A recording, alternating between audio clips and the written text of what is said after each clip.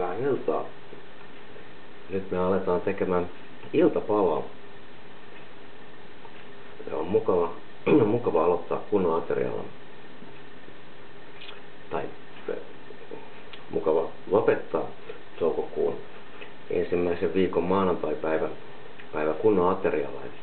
Nyt me tehdäänkin sit sillä tavalla, että tehdään 2 safkaa saman tien, että meille ei tuossa viikon messit ruoanlaittoon niin paljon aikaa.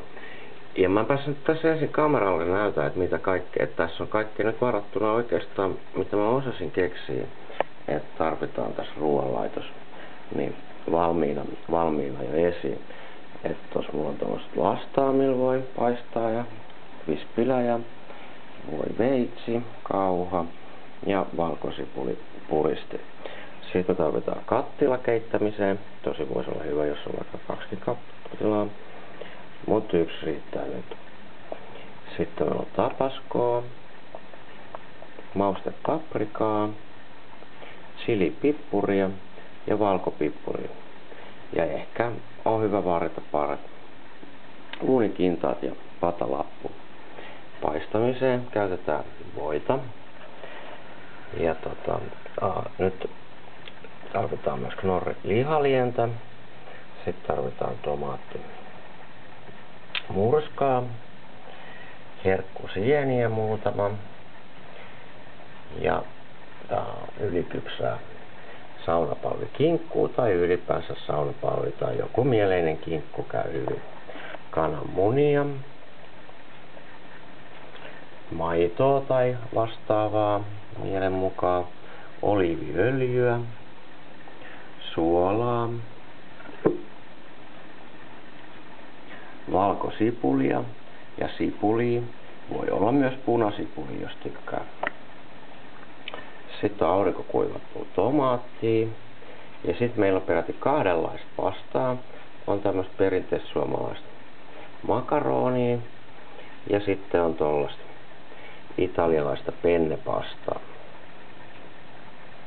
Et nämä molemmat pastat on tuolta Lidlistä. Samoin Lidlissä on tällaisia näppäriä purkkia tomaattipyrettä. Toi on helppo aukasta. Ja sitten tää naudan jauheliha 400 grammaa. Se on kans Lidlistä. Ja uuni meillä on nyt jo valmiiksi päällä. Tai tässä vaiheessa on hyvä laittaa lämpiää. Että se on keskilämmöllä ja vähän päälle 200 astetta.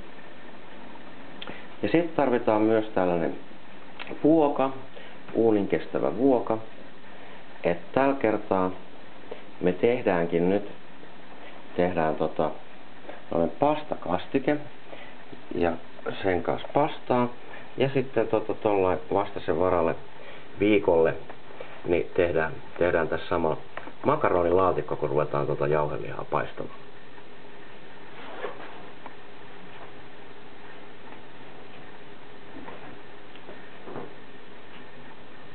Okei, ryhdytään hommiin. Eli ensimmäiseksi nyt tässä vaiheessa on näppärä. Ottaa heti ekaksi vettä kiehumaan. Tässä vedessä me keitetään nyt kahdenkinlaiset pastat.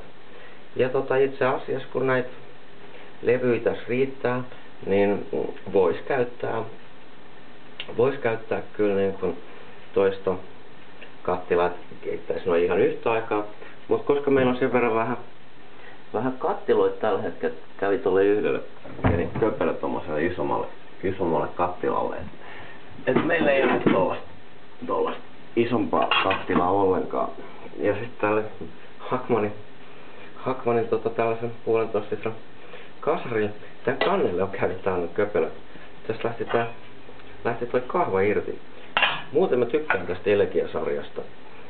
Että tää on tosi kiva ja tyylikäs.